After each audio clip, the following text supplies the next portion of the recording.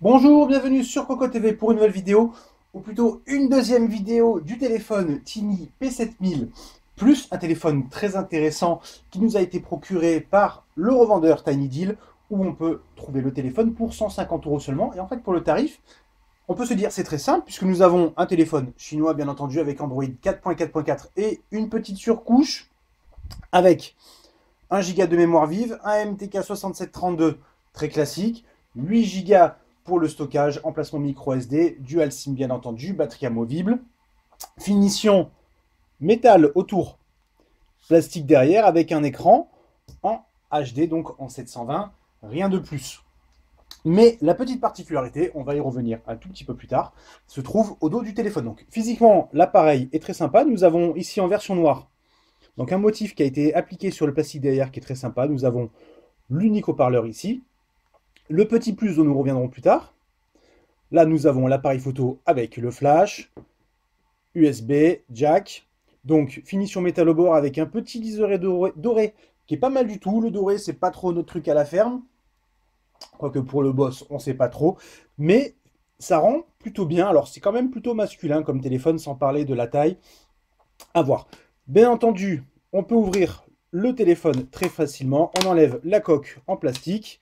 Nous avons ici notre SIM que nous avons utilisé lors de notre déplacement au CES Asia et au Computex, la batterie amovible bien entendu, et on peut très bien remettre très facilement le cache. Alors, en bundle, on n'a pas sous la main pour l'instant, désolé, il est resté dans la boîte.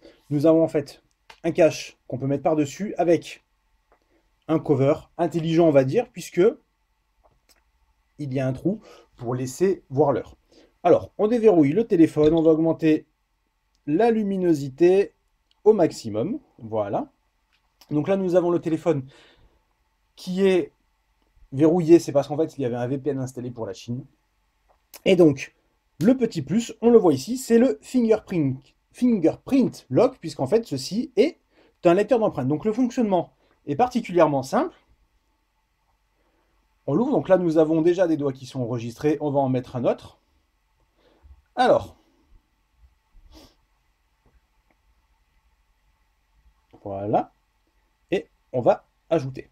Donc c'est très simple, on pose le doigt dessus, il fait une reconnaissance,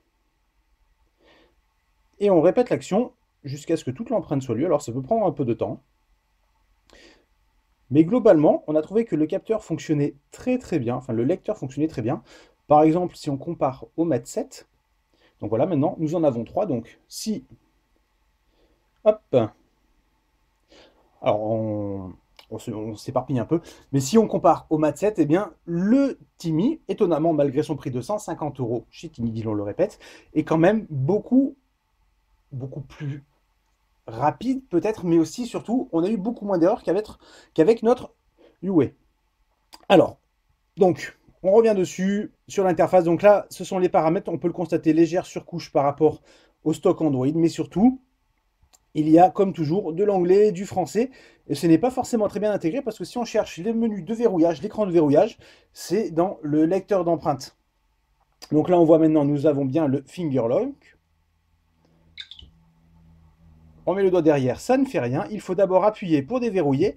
Et soit on rentre le code alternatif, soit on met l'empreinte. Et voilà, c'est déverrouillé. C'est très rapide. Au niveau de l'écran, rien à redire. C'est lumineux, c'est propre, de bons angles, bien entendu. On est sur une dalle IPS. L'autonomie.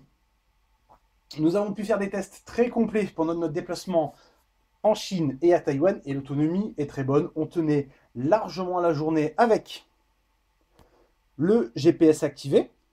Par exemple, là, nous avons Baidu Maps, le partage de connexion, la 3G ou la 4G, donc, et bien entendu, un ou deux téléphones, voire un ordinateur connecté dessus en Wi-Fi. Donc, on a été très satisfait de ce point, c'était plutôt pas mal. En revanche, quand on le met en chauffe avec une batterie amovible, ça a quand même tendance à chauffer un tout petit peu derrière, donc quand on le met en charge, pardon, donc on fera attention à ce point. Au niveau des performances, MTK, très classique, rien à redire. Ça fonctionne bien. Au niveau d'un jeu comme Asphalt 8, ça tourne à plein régime directement, les options graphiques à fond, et même en multijoueur, ça ne rame pas du tout. Autre modification sur l'interface, donc on a pu le voir tout à l'heure quand la luminosité a été augmentée, les notifications. Alors c'est un peu dommage parce que du coup, il manque des accès rapides comme le GPS, le Wi-Fi ou autre, d'où le petit widget ici. Le tarif, 150 € chez Tiny Deal. Pour le prix, on peut y foncer les yeux fermés. Ça reste un téléphone qui est en plus agréable à l'œil. Il n'y a pas grand chose à redire. Le test est déjà en ligne si vous voulez jeter un œil. On vous souhaite une bonne journée et on vous dit à bientôt.